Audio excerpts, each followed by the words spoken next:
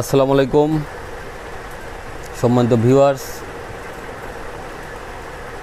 সিলেট শাহপরান মাজার গেটের সামনে লন্ডন প্রবাসী আলমাস স্যারের হোটেল আলমাসের ছাদের ড্যাম পুপিংয়ের কাজ চলছে। তারই ধারাবাহিকতা ইঞ্জিনিয়ারিং টেকনোলজির টিম আজকের এই ছাদের কাজ করার জন্য এখানে উপস্থিত হয়েছেন এবং কাজ করছেন। আপনারা দেখেছেন যে আমি বরাবরই আপনাদেরকে নতুন পুরাতন বিল্ডিংয়ের ছাদের উপরে ওয়াটার হিট এবং ড্যাম পুপিং অর্থাৎ অ্যাক্রিলিক জাতীয় কোটিং দিয়ে কিভাবে কাজ করা হয়, কেন করবেন সেটা সম্পর্কে আমি আপনাদের বিস্তারিত বলি। তো আজও আমি আপনাদের মাঝে শুধু বলবো যে ছাদের উপরে কেউ সিমেন্ট বালি খোয়া দিয়ে ঢালাই করবেন না। করলে কি হবে আর না করলে কি হবে সেটা সম্পর্কে আলোচনা করব। তো সেটা যদি আপনারা জানতে চান তাহলে অবশ্যই আপনাদের ধৈর্য সহ এই ভিডিওটি দেখতে হবে। তো সে পর্যন্ত আপনাদের অত্যন্ত ধৈর্য কামনা করছি। এবং আপনারা দেখছেন যে একটি ছাদে, এই হোটেলের ছাদে আপনার সিমেন্ট বালি খোয়া দিয়ে অর্থাৎ নুড়ি পাথর দিয়ে এটা ঢালাই করা ছিল এই ছাদের ড্যামেজকে রিপেয়ারিং করার জন্য। এবং ছাদে যখন পানি পড়া শুরু করেছিল তখন এটা থেকে ঢালাই করেছিল। ঢালাই করার পরে দেখছেন আপনারা যে এই ছাদের এই ঢালাই করার কারণে আরও এই ছাদটা দ্রুত ড্যামেজ হয়ে যাচ্ছিল।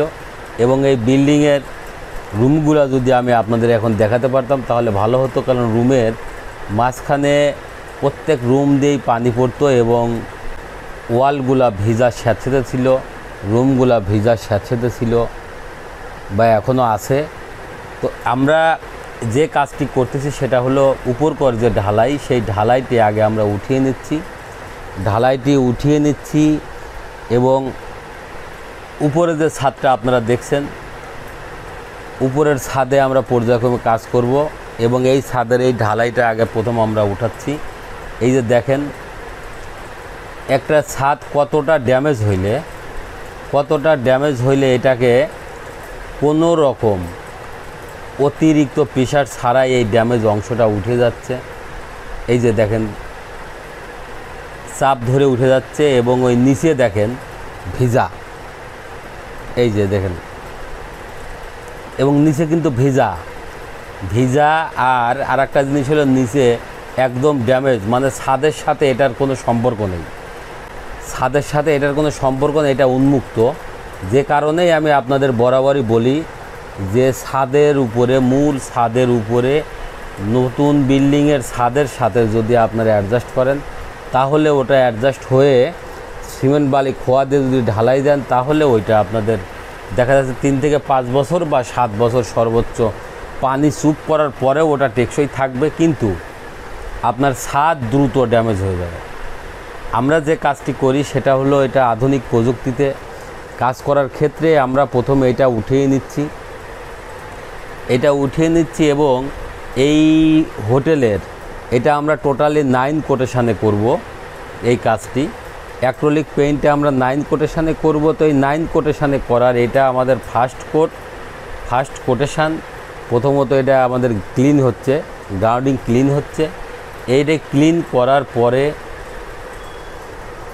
আমরা আরও 8টি কোট ব্যবহার করব। তো সে পর্যন্ত আপনারা অবশ্যই এই ভিডিওটি না টেনে আমাদের সাথে থাকবেন। আর আপনারা দেখুন যে এই ছাদের কী পরিমাণ ড্যামেজ আছে, যে হালকা একখানে যদি আমরা প্রেশার দিচ্ছি, এই প্রেশার দেওয়ার কারণে উঠে যাচ্ছে। এবং দেখেন যে ঢালাইটা আছে ঢালাইটাও ভিজা এবং পুরা ছাদই স্যাঁতসেঁতে ভাব হয়ে গেছে, অত্যন্ত পিচ্ছিল জাতীয়। এই ছাদে অত্যন্ত পানি বেজে থাকার কারণেও এই ছাদগুলো আরও নষ্ট হয়েছে। আর দ্বিতীয়ত হইল আপনার পুরাতন বিল্ডিংয়ের ছাদের উপরে যদি কেউ সিমেন্ট বালি খোয়া অর্থাৎ নুড়ি পাথর দিয়ে ঢালাই করেন তাহলে ওটা কখনোই অ্যাডজাস্ট হবে না।